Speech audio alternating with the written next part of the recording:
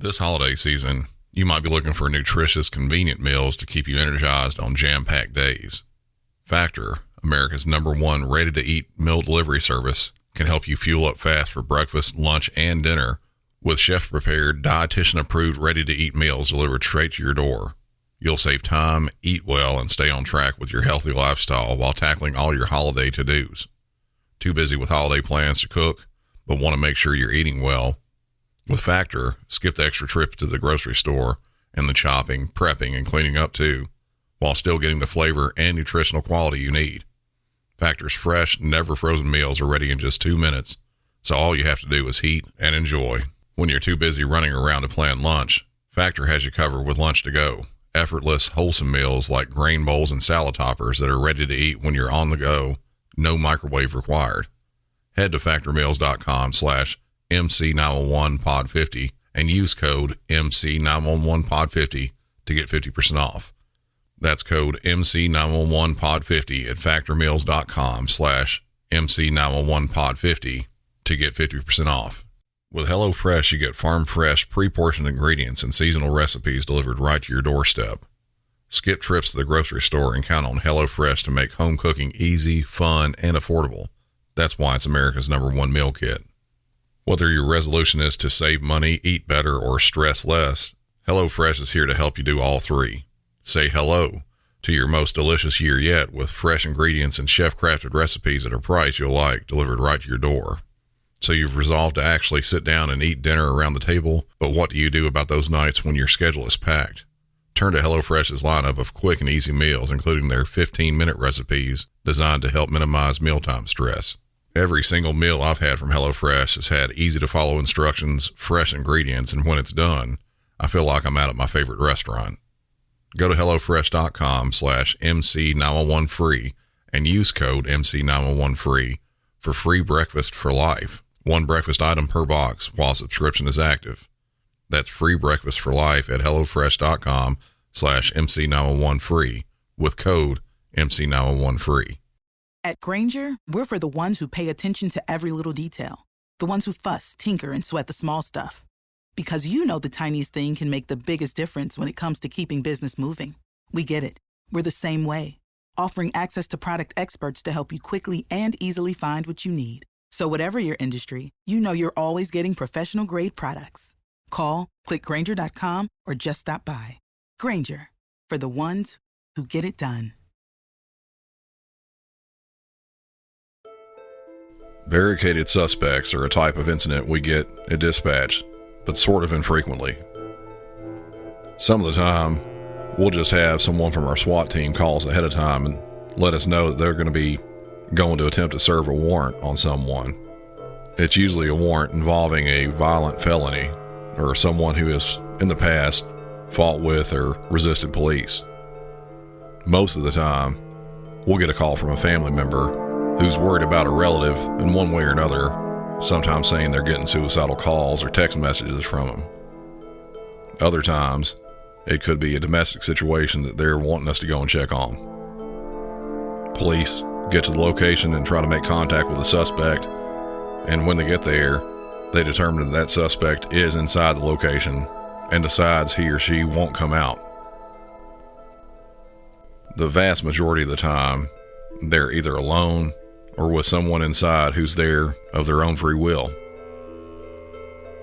What's exceedingly rare is someone who's being held against their will.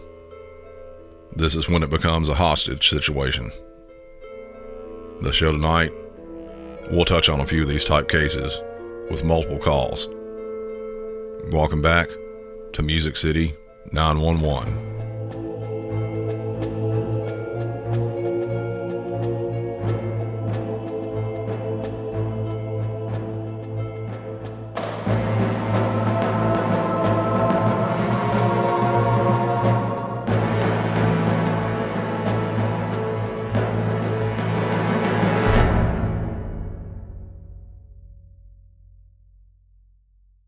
At 911, where is your emergency?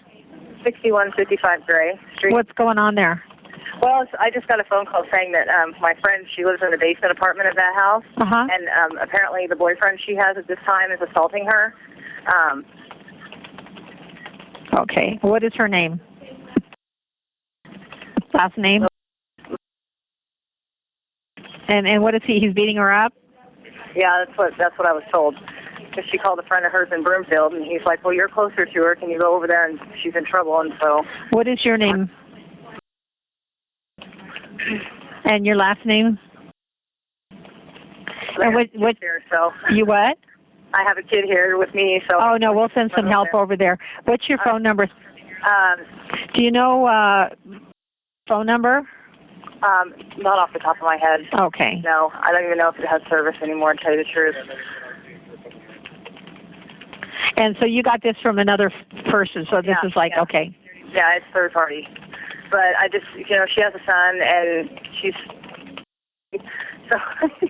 Okay. Things happen. Okay, so it's in the basement of Gray Street, correct? That is correct, yes. There's there's an outside entrance there in the garage. In the back? Yeah. Oh, outside entrance from the garage? It's on the south side of the house.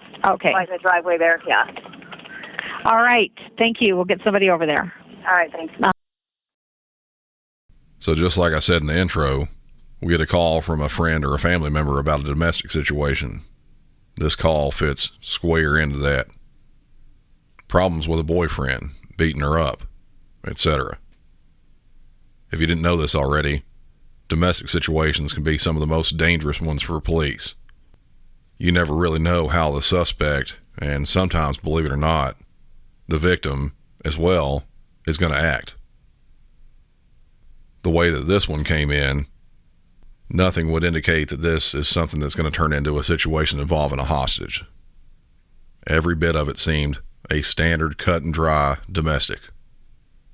One person fighting with someone else they're involved with in some way. So for something like this, regular police, just patrol units, they would be sent to check this out. This case was no different. Police got to the scene, and this boyfriend, he wouldn't come out. He didn't want anything to do with the police.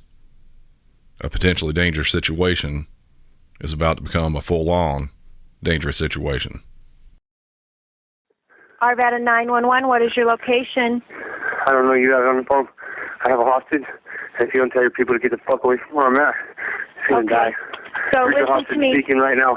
Help me, please. Okay, now listen to me. Listen to me. No, get the fuck away from the house now. If I see any more out here, that's it, your hostage is through. Okay. I'm not playing with you, lady. Make a move right now. I'm watching them. They're not leaving. Make Sir, the call. stay online Make with your call me. now. Stay online with me, okay? I'm not going to stand on the line. I'm going to hang up. I'm going to watch the cops. They got 2 minutes. And then it's whatever. Then I guess I die too. I don't care. Make your call. I'm listening. Take that dispatch. Call it out now. Okay, sir, I'm on phones. I'm not on the radio right now. Oh, you better tell So them. I have that in there. Bear with us while we get that information to them, okay? Stay with me. Please. Tell me what... I hear her. What's her name? You're going to see bad things. What's her name? Get them away from this house now.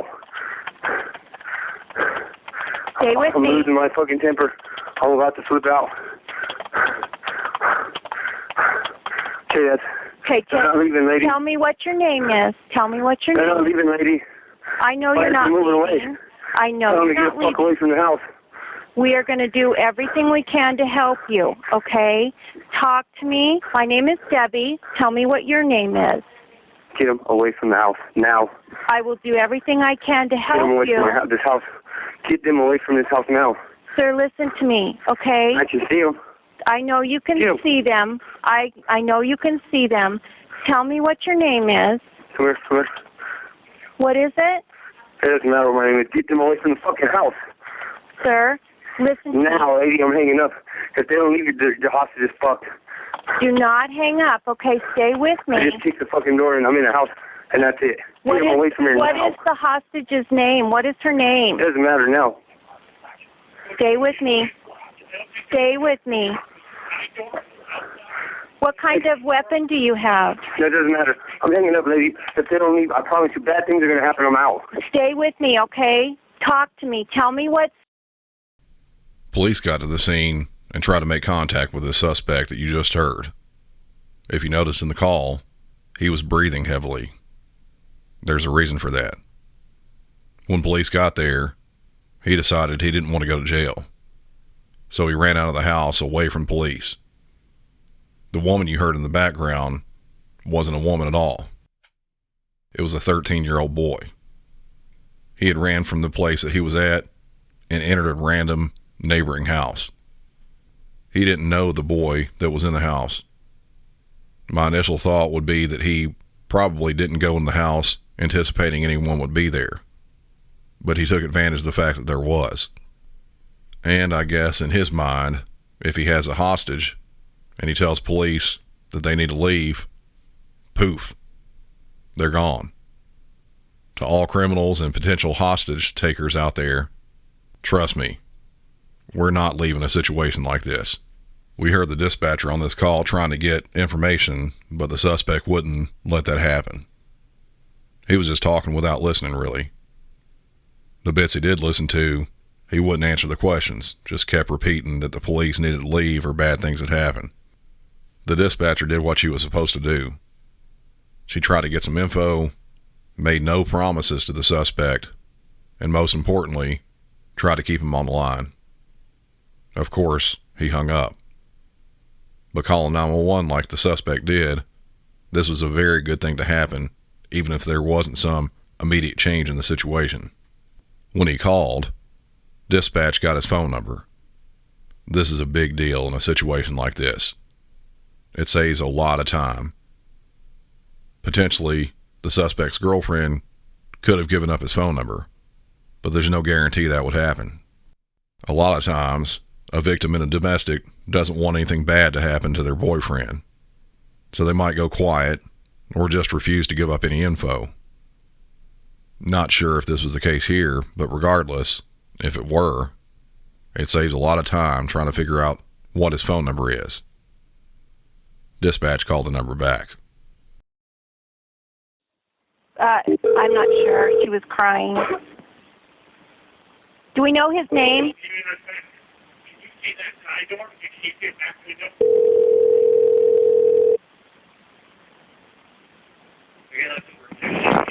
What's boyfriend's name? We don't know. Hey, I don't have my phone, so all of you could leave messages at this number.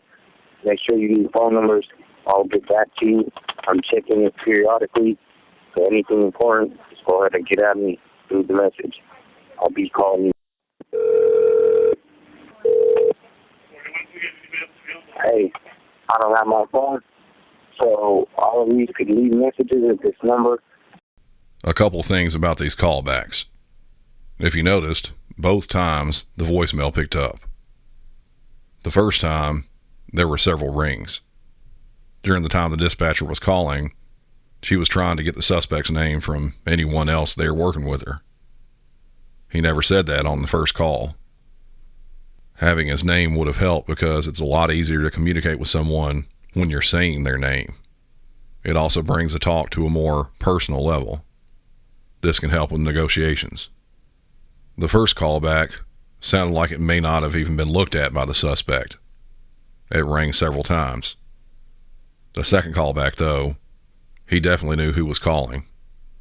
After a much shorter length of time, he sent the call to voicemail. But he did call back.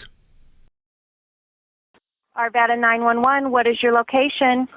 Same place. Why are they still around this house? Sir, listen to me. Stay with me. Stay with me on the I'm line. about to hang up on you again. I'm going to start. It's a little girl, and you guys are about to have this little girl in bad Listen to me. Get them the fuck away. Do from not me hurt now. that little girl. I'm going to little girl off. Listen to me. We need to work with you. Hey, I don't Please. give a fuck. Get them away Do from me not now. hurt that child. I'm Put her. Stop this little kid out. Get these fucking cops away from this fucking house right Sir, now. That's it. I'm doing This little everything girl's I like, I'm can. watching them and they're not leaving. That's Sir, it. sir, stay with me. Again, he hung up, saying much of the same things he said the first time. He did say something about a girl, which I can only think that he meant the boy that was there. The boy was only 13 years old. From his voice, he obviously hadn't gone through puberty yet because his voice hadn't dropped. And he had, at least from the pictures I've seen, at least sort of longer hair. I believe I could have told the difference between this being a boy and a girl from the looks of him But I don't think this hostage was the main thing on the suspect's mind at the time. Again, dispatch tried calling back.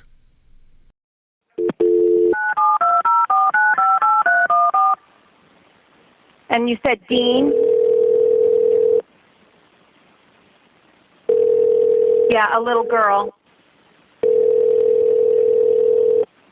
Hey, I don't have my phone, so all of you can leave messages at this number.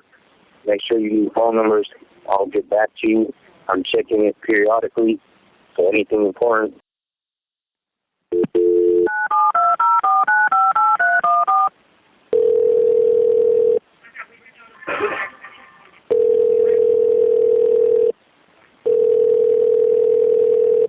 Hey, I don't have my phone, so all of you can leave messages at this number.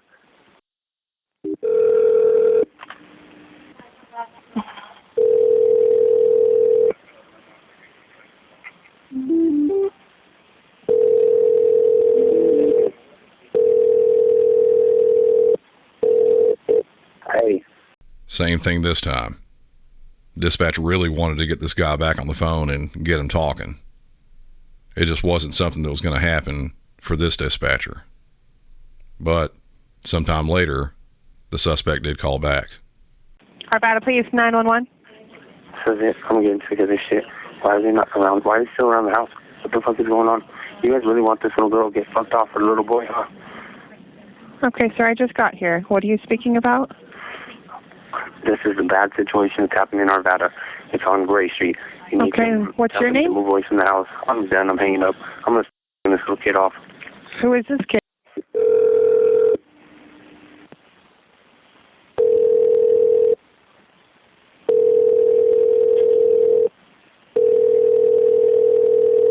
He disconnected again. Hey, I don't have my phone. I said that he called back sometime later. You could tell the suspect in this, his overall attitude, while still being on edge about the police being there and making demands, he seemed like he was at least calmed a bit. I'm not sure what the timeline of these calls were, but I'll go over what I do know about the situation. This all happened back in 2014 in Arvada, Colorado.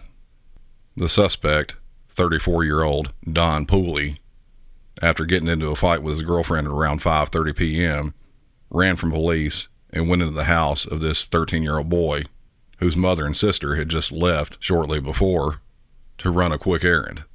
The boy was at home alone. The mother and sister arrived home shortly after all this began and were held from going inside by police. After Don entered the boy's house, he was inside holding him hostage for around 18 hours. During this time, he wasn't just sitting around. He was on the phone with several people. He talked to his sister for hours. He told her he didn't want to die, but also didn't want to go back to prison for life. He called news stations with various sorts of disinformation. He was making posts on social media. And of course, he talked with negotiators during this time. Also, he and his hostage put things in front of windows to block the view from the police. A lot of the time, both the boy and the suspect hid in the bathroom just in case police tried to make entry. There were a few problems. Local news stations were there broadcasting the events live. From a spectator's point of view, this is a good thing. You're kept up with the situation as it unfolds. But there's a huge downside. Watching live, the suspect can, and in this situation did, know where the police were and how many there were.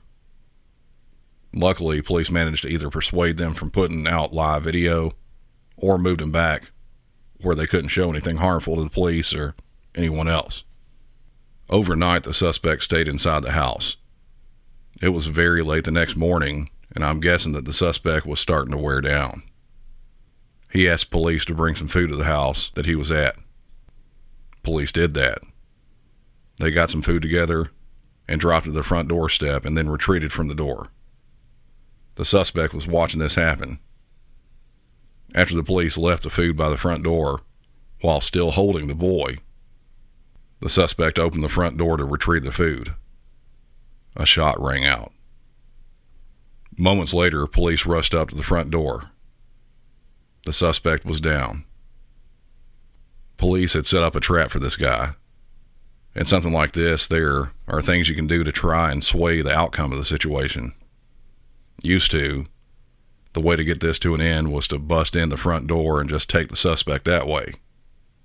That changed over time to trying to wait out the suspect and tire him down, hoping he would give up, like was done here. From what I can tell, when police were there waiting, they didn't know what this suspect was capable of. Didn't know if they would have another chance to try to take him, dead or alive, and they wanted to get the hostage out of there as well. Their chance was the food. Police had set up a sniper watching the door and waiting for the suspect to come outside. Once he did, a pinpoint shot was taken that dropped him. The hostage was unharmed. Don Pooley, the suspect, was wanted for a parole violation.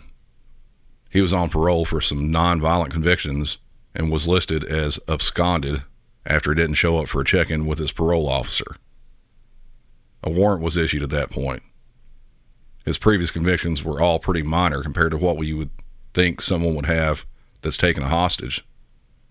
He was convicted in 2008 for possession of a controlled substance and vehicular eluding, running from police. Other convictions included escape, which I can only imagine was probably a walk-off from a minimal security facility, criminal trespass, and believe it or not, a noise violation. Like I said, non-violent offenses. I think if he would have just dealt with the police that day instead of trying to run off and take a hostage, he probably would have done some jail time, but it wouldn't have been nearly what he thought. At most, he would have been popped for that parole violation and then added a maybe, possibly, because I'm not exactly sure what happened with the girlfriend, a domestic assault charge on top of it. He would have got out pretty quickly, I would imagine, but he didn't want to take that route. Overall, I'm impressed with the job done by this SWAT team. They executed a well-planned action and followed through with it. The hostage, as I said, he was unharmed. Months later, he was interviewed and said he was completely fine, but that he was also attending therapy for what happened that night. I'm not comfortable letting her in my home. Yes. Okay, what's going on there? There's a lady knocking at my door, and she's literally walking around saying that there's somebody chasing after her with a gun. Okay, is she white, black, or Hispanic? She's black. Okay, do you see anyone else around here? I don't. She's crying. She's obviously agitated. Whatever it is, she's knocking at my neighbor's door, and I hate to open my door because I don't know. I mean, I hate to do this, but I don't know what to trust, and I definitely don't want somebody knocking at my door with a gun. Right. Oh my gosh. What color coat and pants does she have on? She's literally got like a pajamas. What color pajamas? They're like tan. She's walking around the apartment complex looking for somebody to help her. I hate to do this, but I don't know what to do. Well, you did the right thing. We can help her. How long has she been somebody knocking needs to on come your and get door? her. About 5 minutes now. I mean, she's barefooted, and it's cold out there. She's going to freeze. She's obviously in a lot of pain or whatever it is that she's going through. She's going from neighbor to neighbor looking for help. I mean, I feel bad that somebody's chasing her after a gun, but I don't know what to do. But you don't see anybody chasing her with a gun? I don't, okay. But obviously, I don't know what to tell you. I've never been in these situations. Does she have a bag or anything that looks like she could conceal a weapon? No, she's literally walking around with her pajamas. Okay, we're getting deputies out. Right. We're getting deputies out there. If anything changes or you hear anything, just give us a call right back on 911, okay? Okay. Please hurry. I'm concerned for this woman. They're on the way. Okay, bye. Thank you. Bye. Believe it or not, back when I started as a dispatcher, cell phones were not very widespread. Most people didn't have them. Because of that, if you got into a wreck or something else happened to you, no matter what time of day it was, you had to find a landline. Sometimes that can mean if you're out driving along a road at 3 a.m. and a deer jumps out in front of you and your car gets totaled, you'd probably be walking to some random stranger's house, knocking on their door and asking if you can use their phone to call police. Even now, this still happens, but most of the time it's a situation like this. Someone knocking on a door and the resident either doesn't want to answer the door for their own safety, or maybe they did answer and got very minimal amount of information about what's happening. This call was more like the latter. The person wanting police was saying that someone had been chasing her with a gun. No one was seen by the caller that had a gun. Hard to say what this would be classified as, being no one with a weapon was actually seen, but I believe most dispatch centers would likely still code this as a person with a weapon. Better safe than sorry. A call was sent for police, but this woman went to another neighbor in the area and tried getting help from her. No. 911. We need some assistance. Okay, what address? I don't know my address. What's my address? Did you? Hurry! We got a kid. There's a guy with a gun here. Please. He's what? There's a guy with a gun, and he's got my neighbor's son. Okay, who is he? I don't know. We don't know. A male with a gun, and he took a child? Yeah, he took a child. Yes. Okay, is he in a We're in the vehicle? Springs of Liberty Township. Okay, is he in a vehicle? Okay. He's in her house. It's an apartment. Okay, building. is he her husband or? No. Okay, what apartment is he in? He has on a face mask. She doesn't know if she knows him. Okay, he's in an apartment. He has on a face mask and he has a gun? Yes. He has a gun.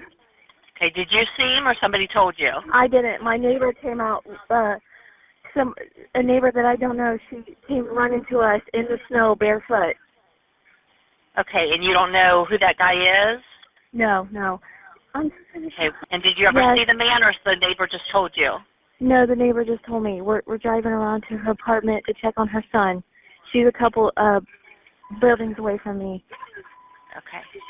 Okay, you don't know anything else? No. Okay. Well, come on, we're scared to death, please. The police are coming. Somebody else had already called. Do you know that lady's name? No. How old is the child? How old is your child? 4. Her child is 4? Ask her if that's her baby's child. Is that the baby's father? Or? How old is he? No, police are coming right now. Just wait. Oh my gosh, she doesn't know what to do. Sure. The police are coming. Tell her the police are coming. Hurry. Okay, so you have the mother of the child with you? Yeah, No.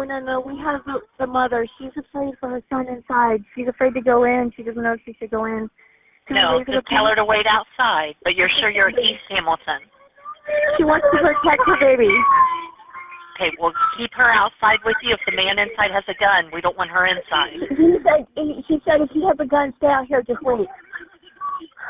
Tell her there's 3 policemen on their way. There's 3 policemen. There's 3 policemen on their way. What kind of car are you in? I know, honey.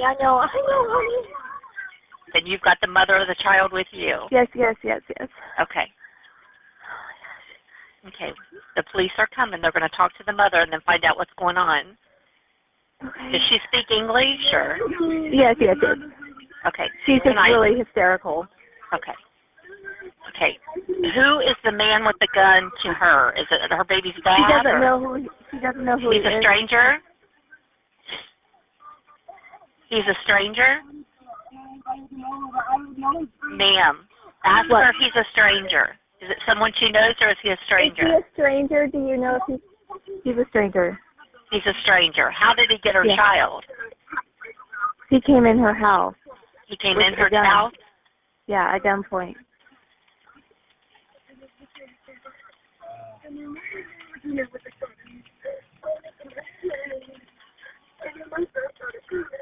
Okay, so her child is in the apartment with him? Yes.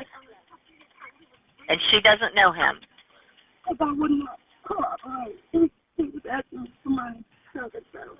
He was asking her for money. He was asking her for money. Is he a male white or a male black? A black, I think. He started hitting her with a gun. Okay.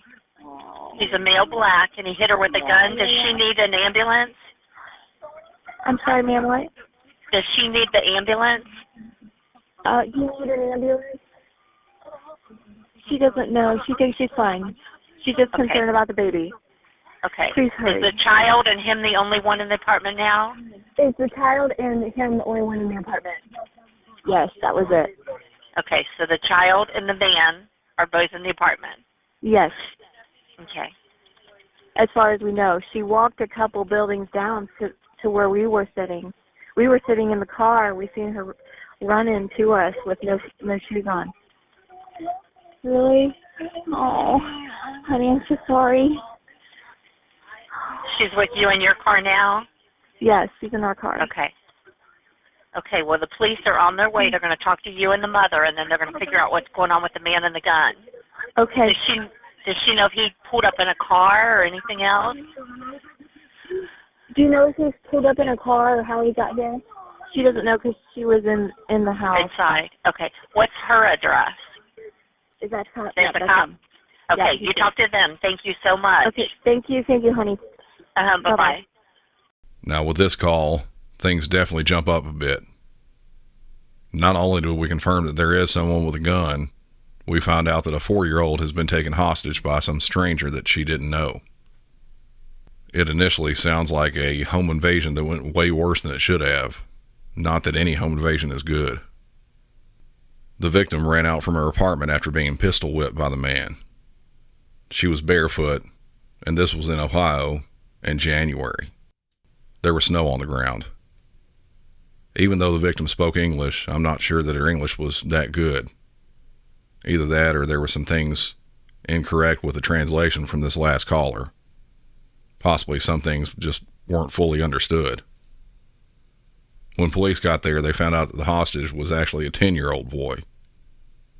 Also, that this person wasn't a stranger to the victim.